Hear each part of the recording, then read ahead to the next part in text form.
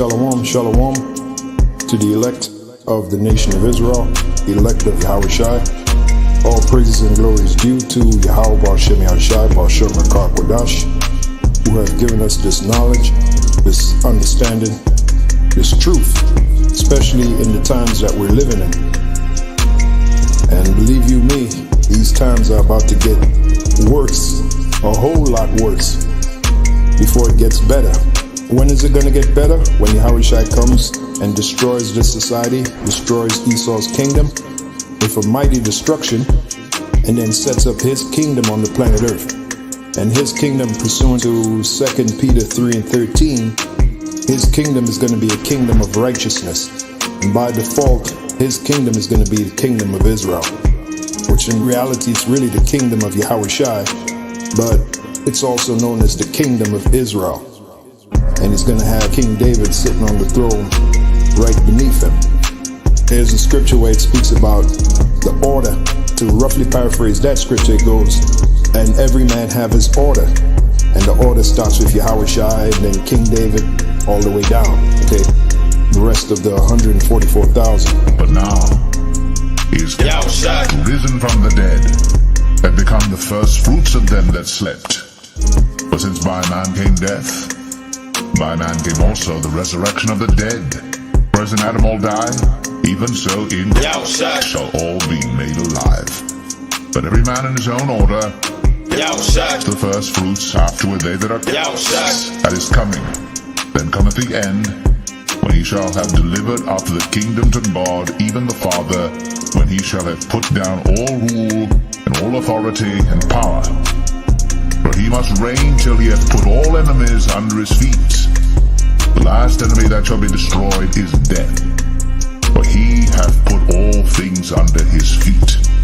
But when he saith all things are put under him, it is manifest that he is accepted which did put all things under him.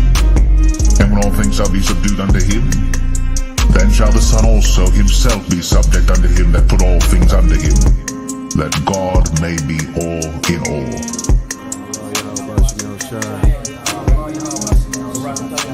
At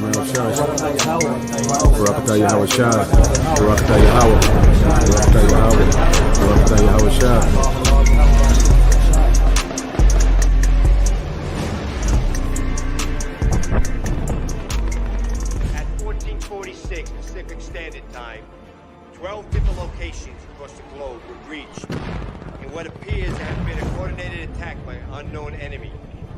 All breaches were along the coastline in what is a campaign of rapid dominance. Shalom, shalom, Israel. All praise to Yahweh Ba'Shem Yahushai. All praises to Yahweh Ba'Shem Yahushai, Ba'Shem Rakah Kodash. Before we get into that again, I want to read something before we start getting it cracking.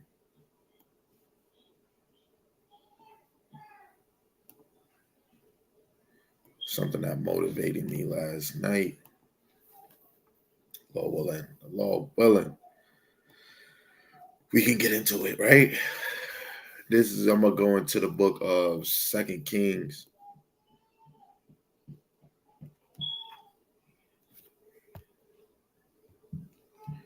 Chapter 6. Now, I will really say the whole clip is important, but really from verse 8 to 23 is the point I want to read, right? And we're gonna get into it. I'm gonna read 13 to 23 just for time's sake. Right. So verse 13.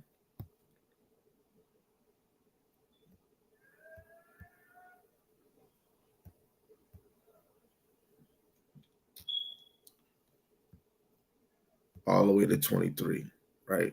And it reads, this goes into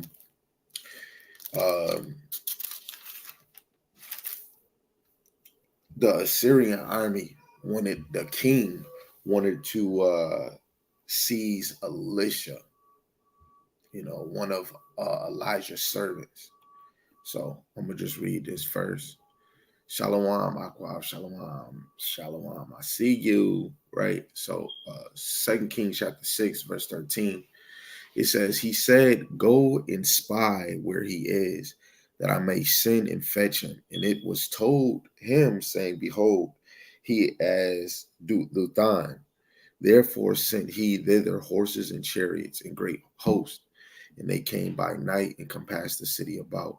And when the servant of the man of God was risen early and gone forth, behold, a host compassed the city, both with horses and chariots. And the servant said unto him, at last, my master, how shall we do? So, like, what shall we do?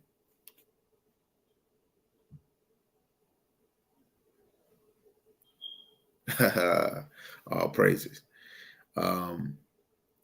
Verse 16, it says, and he answered, fear not, for they that be with us are more than they that be with them. Right?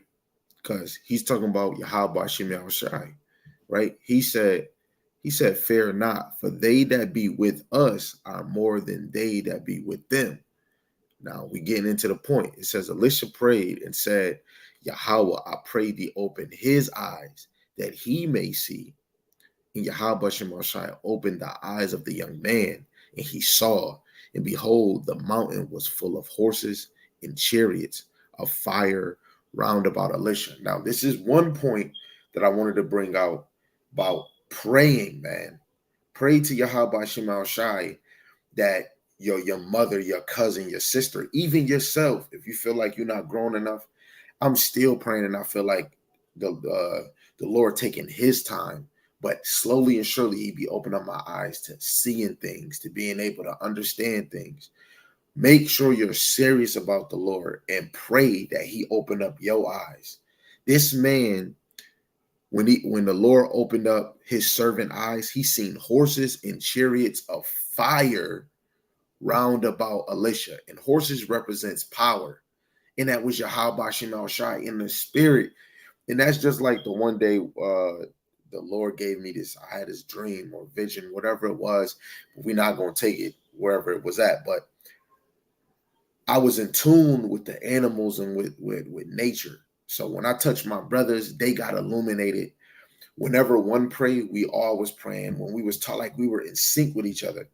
And when I went to go see one of my Akim, took him outside, it was raining. And rain wasn't touching us, but it was pouring rain everywhere else. He's like, man, why ain't no rain touching us? And I took his hand. He got illuminated. And I said, look up. And when he looked up, it was a chariot above covering us from the rain. And his wife was holding him. And she got illuminated. And she seen it and started crying, repenting, dropped her whole blunt. It's amazing that I can still remember that. And that's what I'm saying. Pray to the Lord, man, that he can open up your eyes from that veil, right? Continuing on, verse 18, it says, and when they came down to him, Elisha prayed unto Yahweh by Shem Shai and said, smite this people, I pray thee, with blindness. And he smote them with blindness according to the word of Elisha. And Elisha said unto them, this is not the way, neither is this the city. Follow me, and I will bring you to the man whom ye seek. But he led them to Samaria. Now, I don't want to keep on going, right? I'm going to just leave it right there, right? He prayed that the servants of the Assyrian king become blind, right? So pray, because this lesson is called Esau shall reap what he sow. It might be a time where Esau is going to pursue us, right? Right? You're going to pursue the hopeful elect, the ones that's striving in this thing, whoever you may be, whoever could be really sincere in this thing through the spirit, right? And they might be pursuing you, right? You might not be able to have money to buy funds or food this and food that. Pray that the Lord blind your enemies, that it can be like the Uno card, reverse, right? Pray to Yahweh Shema Shai that he blinds your enemies, right? Or even your family members that might pursue you to send you to Esau, right? To be persecuted, right? Pray that your enemies are blind. I don't care if they're enemies in the nation or if it's enemies outside the nation, man. Pray that they're blind, that they can't even see you. They look through you, right? Even pray that Yahweh Shema Shai, that he can uplift you to do things that please him, so he can make your enemies be at peace with you. Don't take my word for it. Reread it again. 2 Kings chapter 6. I would say start at verse 8 and read verse 23. You seen he prayed to the Lord to open up the eyes of the young man in verse 17, right? Pray that the Lord open up your eyes and your mother and your sister eyes.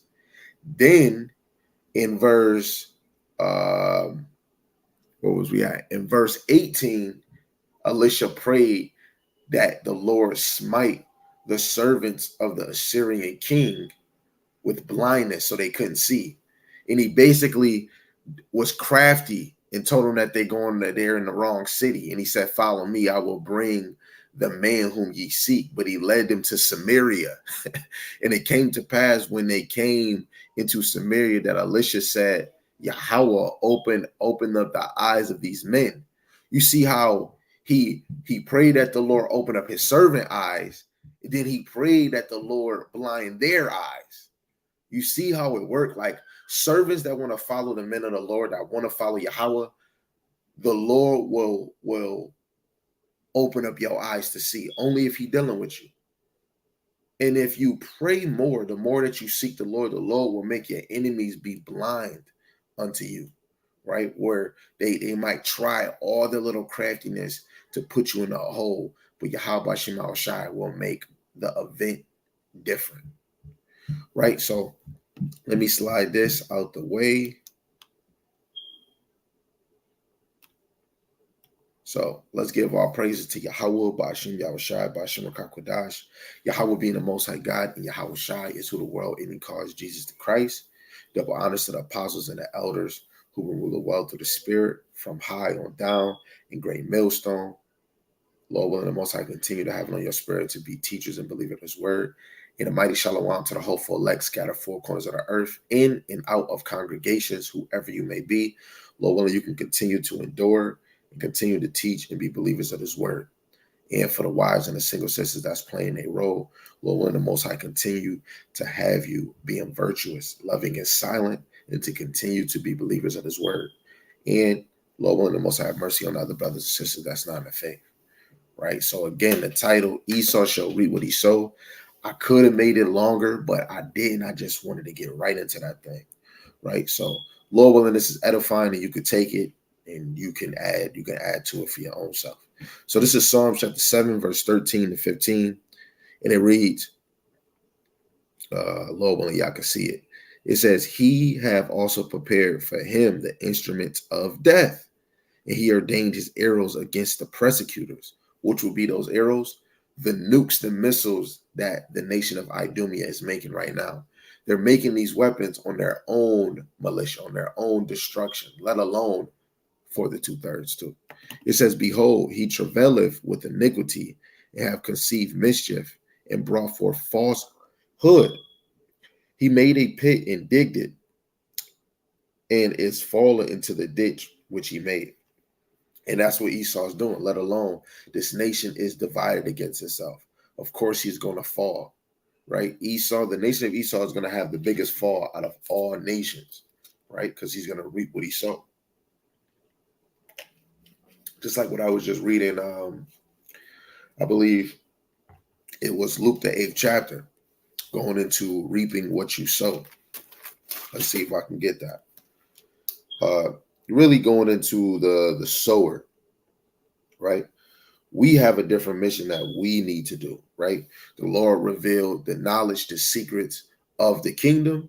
We have to apply that pressure in our own temple, seek salvation with fear and trembling, teach your family, which you might have around you. As a man, sisters, you just lead the single sisters and the children, right? You can only point the direction to adults, men or women, right? And we have to be sowers, plant that seed and allow Yahweh to milk it or water it, however it may be, because St. John 6:44, if you're not drawn, if the Lord do not draw you to his son, the Lord is not dealing with you on this side, right? So let's go to the next precept before I jump somewhere else, because precepts do just fall out. You know what I'm saying? They just fall. This is going to be Job chapter 4. The 8th verse, verse 9, It says, even as I have seen, they that plow iniquity and sow wickedness reap the same. Right? They're going to reap. It's going to reverse. Is going to hit them. They're going to be hit with wickedness. They're going to be hit with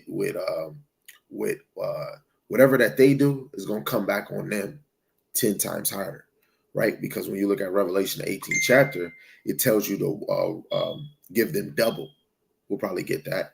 It say, by the blast of the Most High they perish, and by the breath of his nostrils are they consumed.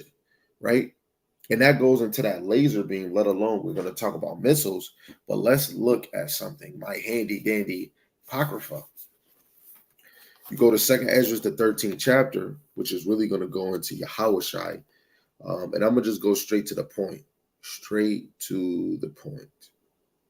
Because it said, by the blast of the Most High they perish.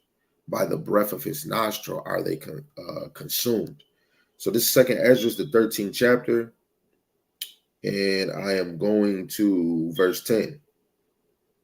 Let me start at 9. It says, and lo, as he saw the violence of the multitude that came, he neither lifted up his hand, nor held sword, nor any instrument of war.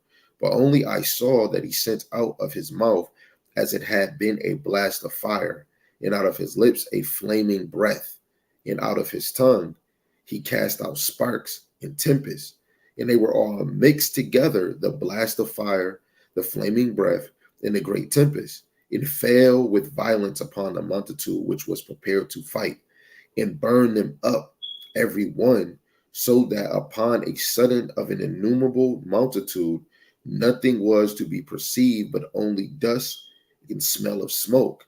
When I saw this, I was afraid. Right? And that's going to be Yahweh Bashem Yahushai. Right? Yahushai is coming in the glory and the power of Yahweh Bashem Yahushai.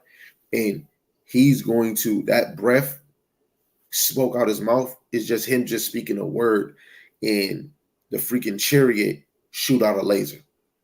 Had a video on YouTube that kind of show an anime image of it, a laser from outside the earth, which really was Yahushai. And he shot a laser at America. Boom, boom, boom, boom, boom. Fire came out, and the dude that was where you see in a cartoon, they showed you 3 angles in space, and then it was a man in his house, and then he heard a noise, and he walked to the window, and then the laser came down. It was nothing he can do. He got destroyed, right? So Esau is going to have a great day, a very great day. Let me just get this Revelations 18 because I kind of quoted it.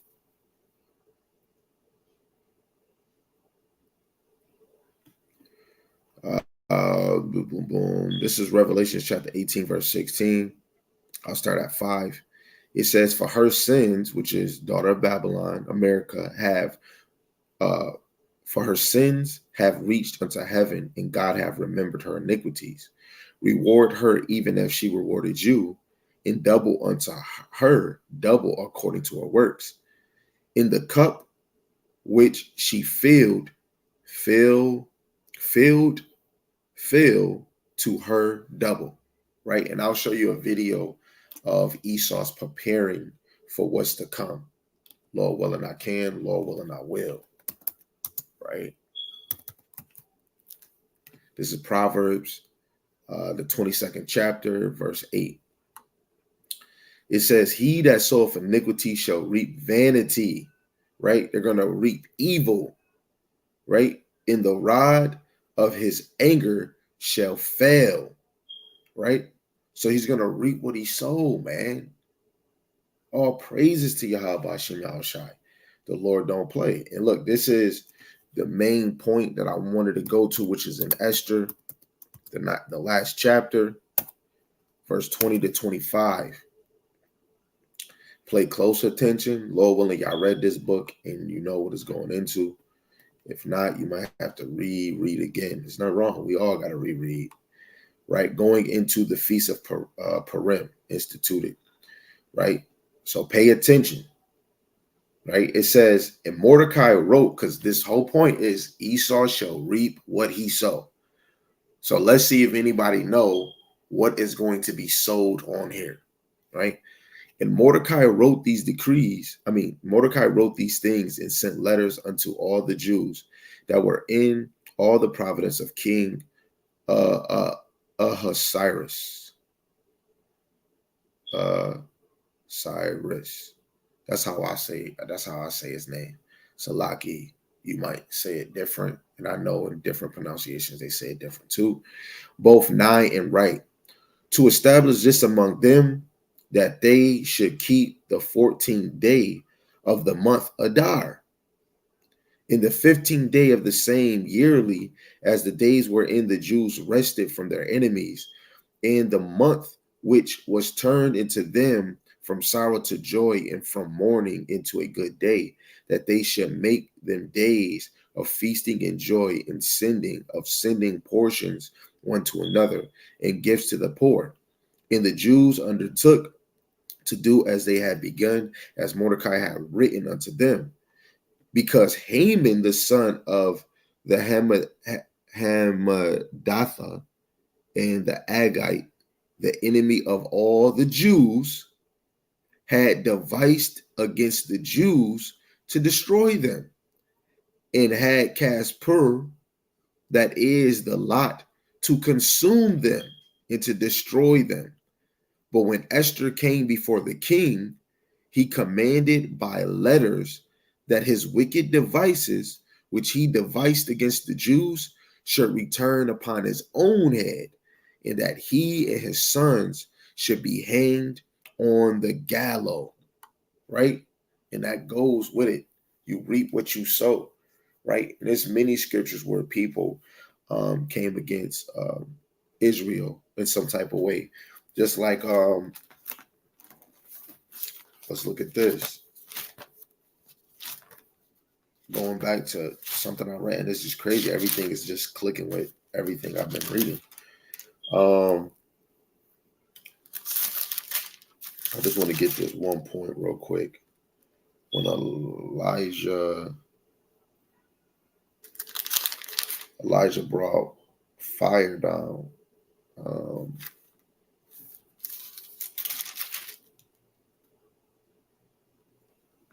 Hold on. Okay. This is 2 Kings chapter 1. And I'm going to start at verse 8, right? It says, and they answer him, he was a hairy man and girt with a girdle of leather about his loins. And he said, it is Elijah the Tishbite.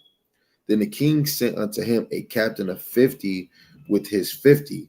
And he went up to him, and behold, he sat on top of an hill. And he spake unto him, thou man of God, the king hath said, come down. And Elijah answered and said to the captain of 50, if I be a man of God, then let fire come down from heaven and consume thee in thy 50. And there came down fire from heaven and consumed him in his 50. That is crazy, right? We're going to see it again. Again, also he sent unto him another captain of 50 with his 50. And he answered and said unto him, O son of man, thus hath the king said, come down quickly. And Elijah answered and said unto them, if I be a man of God, let fire come down from heaven and consume thee in thy 50. And the fire of the Most High came down from heaven and consumed him in his 50. And he sent again a captain of the third 50 with his 50. And the third captain of 50 went up and came and fell on his knees before Elijah and besought him and said unto him, O man of God, I pray thee, let my life and the life of these 50 thy servants be precious in thy sight. Behold, there came fire down from heaven and burnt up the two captains of the former 50s with their 50s. Therefore, let my life now be precious in thy sight. And the angel of Yahweh Shemashai said unto Elijah, go down with him, be not afraid of him. And he arose and went down with him unto Yahweh Shemashai. Yo, when I tell you, the Lord, look out. All them other times the Lord could have said, hey, don't be afraid. But the Lord allowed his power to be shown, man, right? Because this really goes into Moses, not Moses, from verse 1 all the way to 18 really goes into Elijah pronounced God's judgment on evil king uh, Ahaziah of Israel, right? And Moab rebels against Israel after the death of Ahab. So King Haziah, he was the one that inquired his soldiers to go after Elijah, right? But just to see the power of the Most High, who he cares for, he allowed Elijah not to even be touched, right? So, in the power of Yahweh Shem Shai, the Lord is not going to allow us to be touched, right? Esau is not going to be able to overcome us, right? And let's see if we can get something. I know I got something for y'all, right? Gotta have faith in Yahweh by Shem Shai. But what was it I was looking for?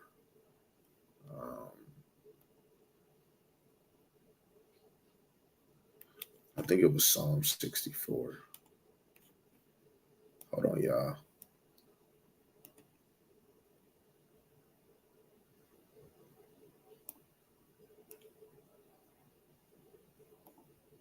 Bear with me real quick.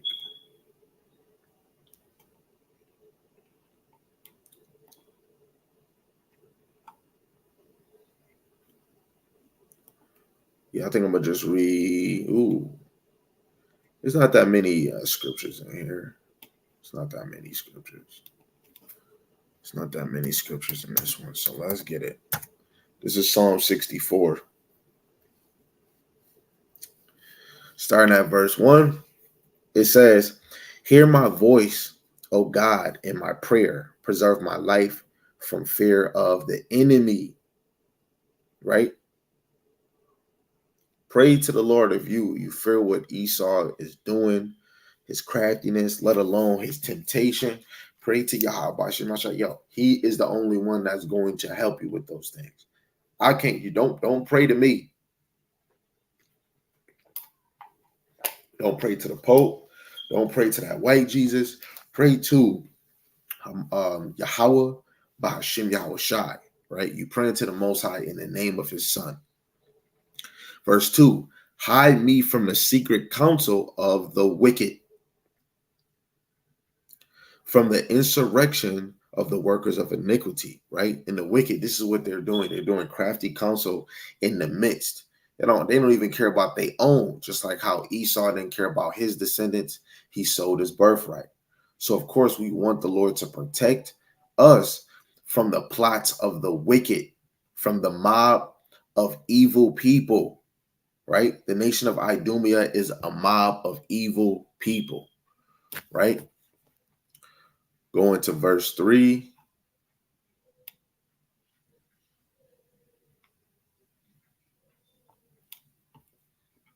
Salaki. It says, who with their tongue like a sword and bend their bows to shoot their arrows, even bitter words, right? These wicked evil mobs, they sharpen their tongues like swords and aim cruel words like arrows, let alone nigger, bitch, hoe, slut, all these other things that they do, let alone they Sirach chapter 12, verse 16. They're not going to be satisfied with blood. Just like everything else that they do behind closed doors with some of these celebrities, in order to make a bag, they might have to get humiliated. But we might not ever be able to see it because it's so secretive, right? Verse 4, it says that they may shoot in secret at the perfect.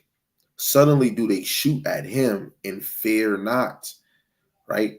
They are quick to spread their shameless lies, and they're going to destroy good people with cowardly slander, right? And this is how, just what they say, Black Hebrew Israelites, a cult, a racist group. I mean, you right about that. I ain't gonna lie to you. I am racist, but racist, I'm just for my people. There's nothing wrong with that, right? Because the world, America, is only really for its people, right? The ones that want to be of America. They don't give a damn about you in this place.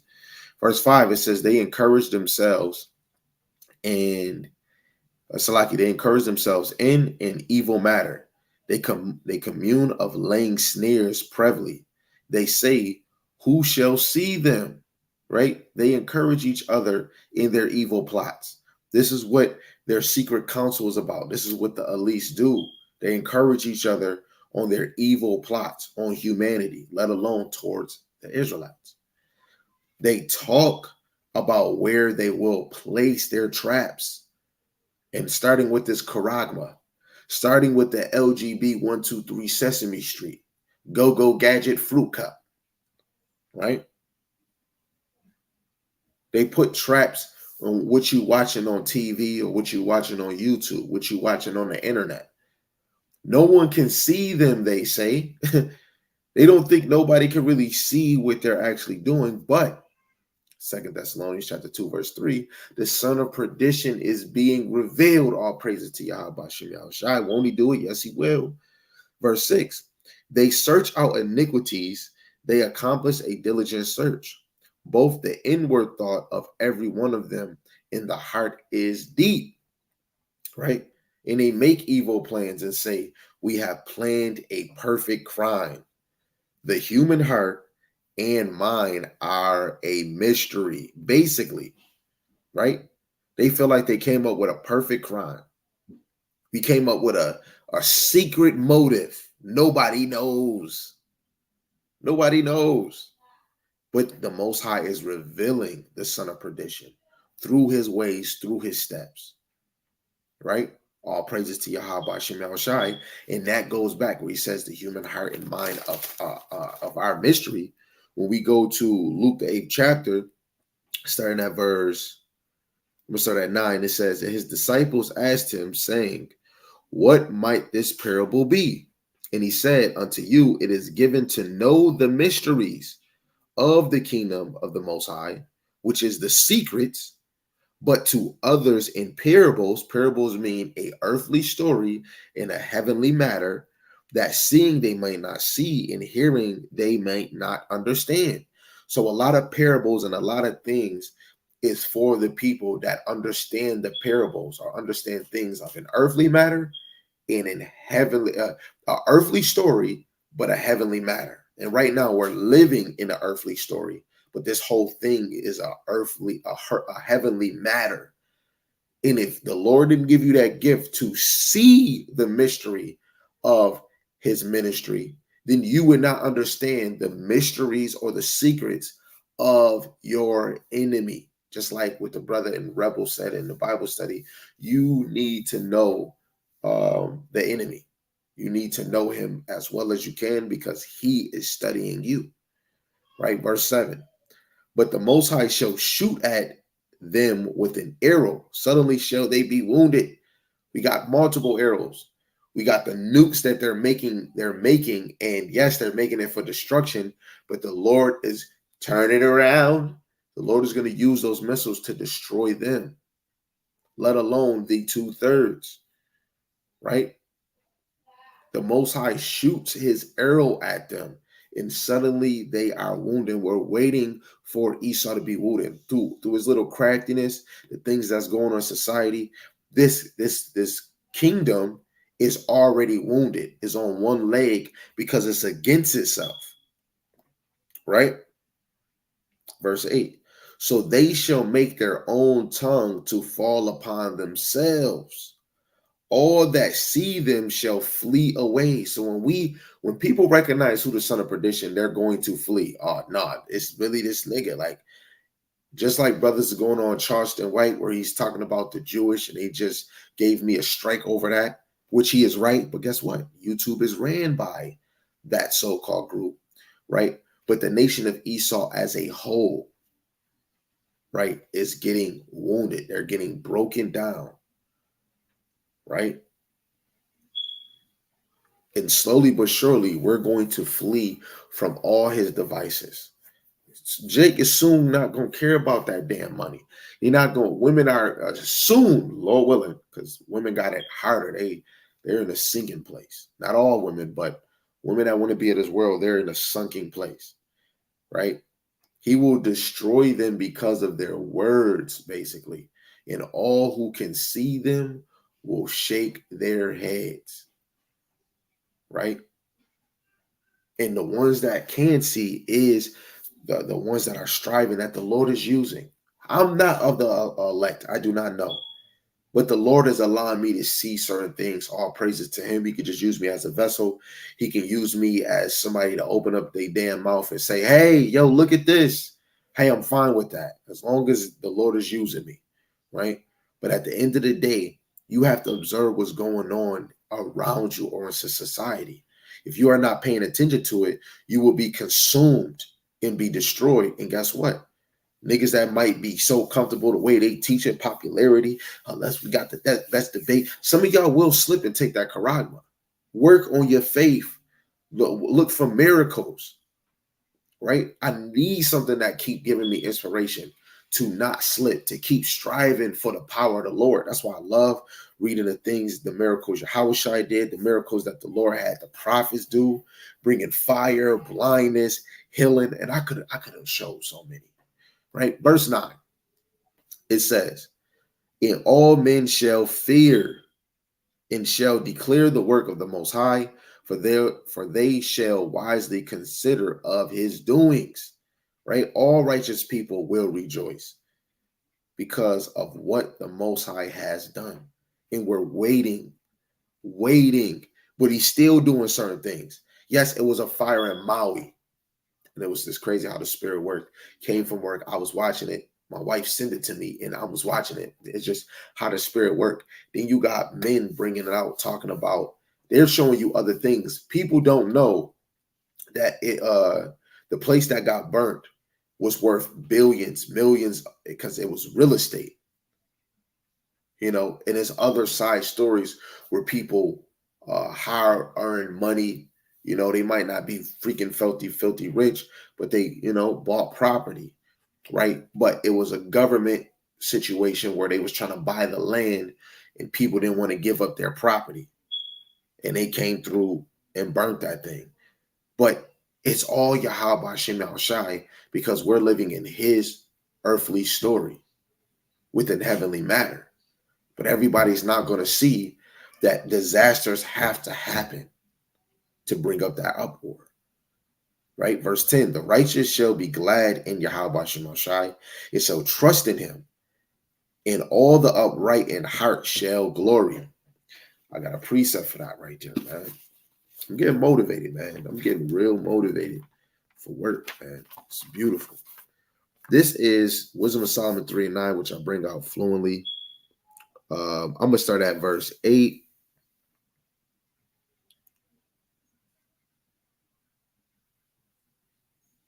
I'm going to start at verse 7, man. This drink is fire. I'm going to start at verse 6. Let me start at verse 5. Let me start at verse 3. Man, there's just so much goodness in this, man. I'm going to start at verse 1, man. This is wisdom. Actually, you know what? Sorry, guys. You know what? I'm sorry. I did you guys like that. You know what I'm going to do? I'm going to put it on the screen for you guys. I'm gonna not be stingy, and I'm gonna let you guys look at this, man.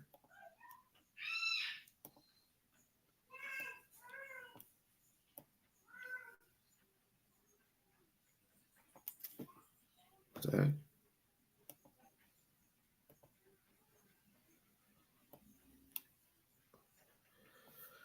Okay, this is Wisdom of Solomon,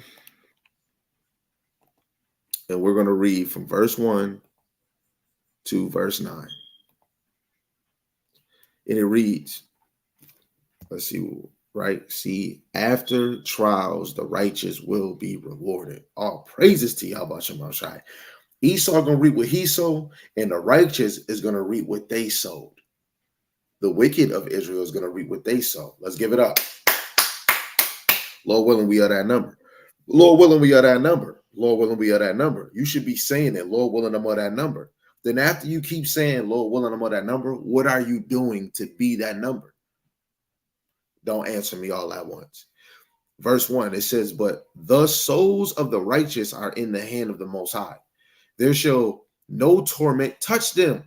And that just goes in what I just showed about Elisha and the little servant of open up his eyes, revealing so he can see, and he's seen the power of the Most High, let alone the Lord, Elisha blinded, called on the Lord to blind the men, the servants of the Syrians, and they got blinded.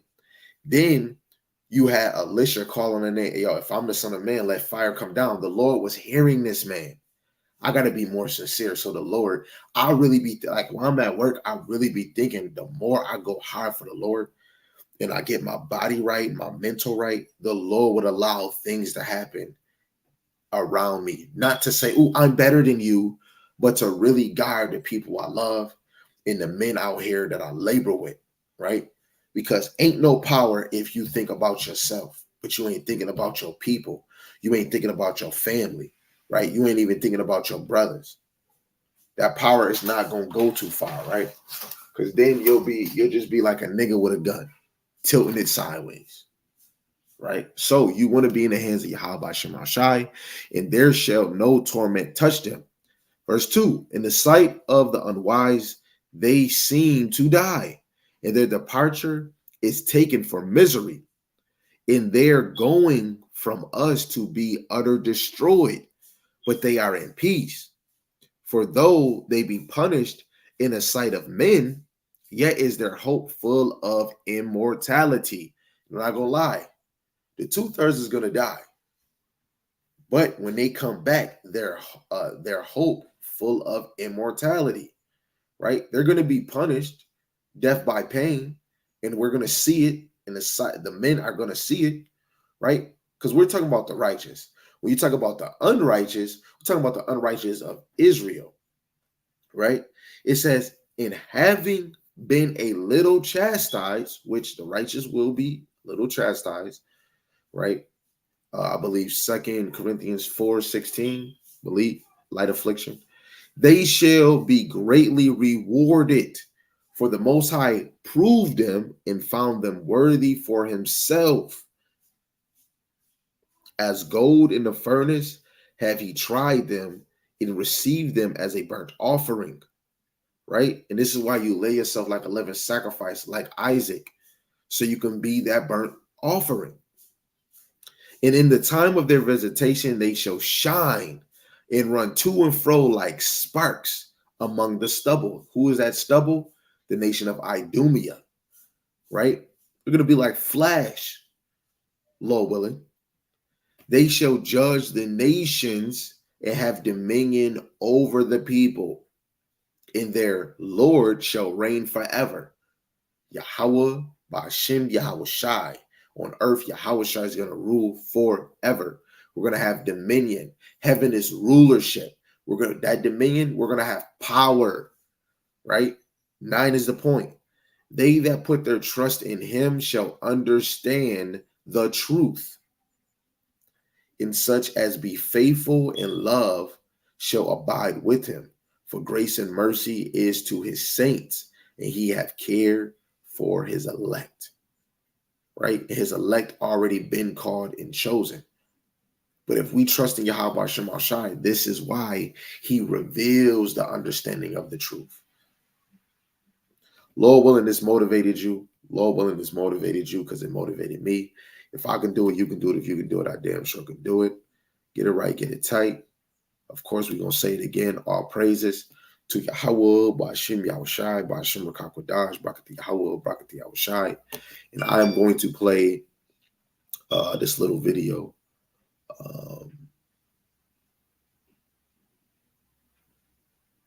Let me just Shalom, shalom to the elect of the nation of Israel, elect of Yahweh Shai.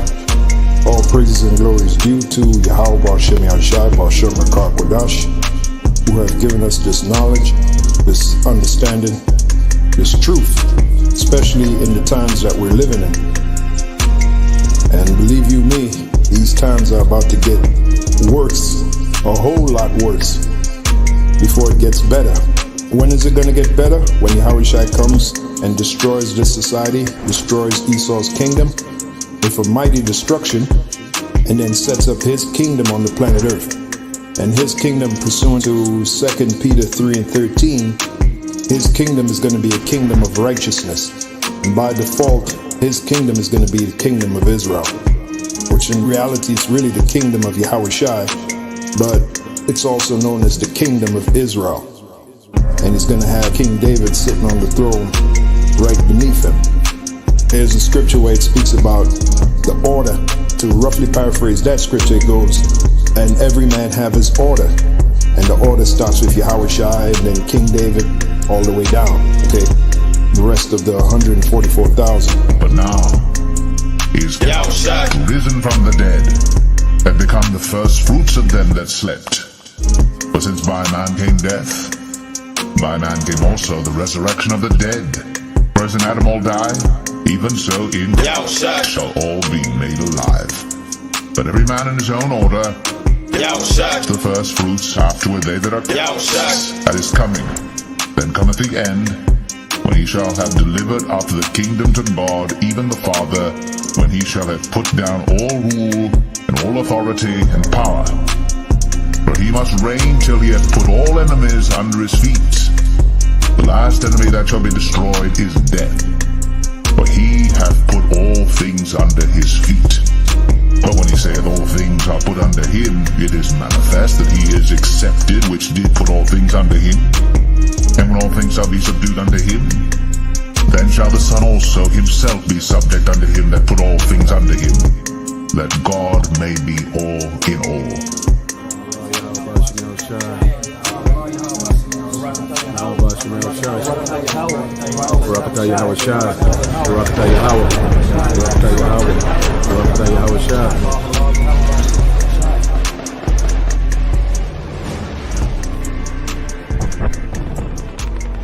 At 1446 Pacific Standard Time, 12 different locations across the globe were breached in what appears to have been a coordinated attack by an unknown enemy.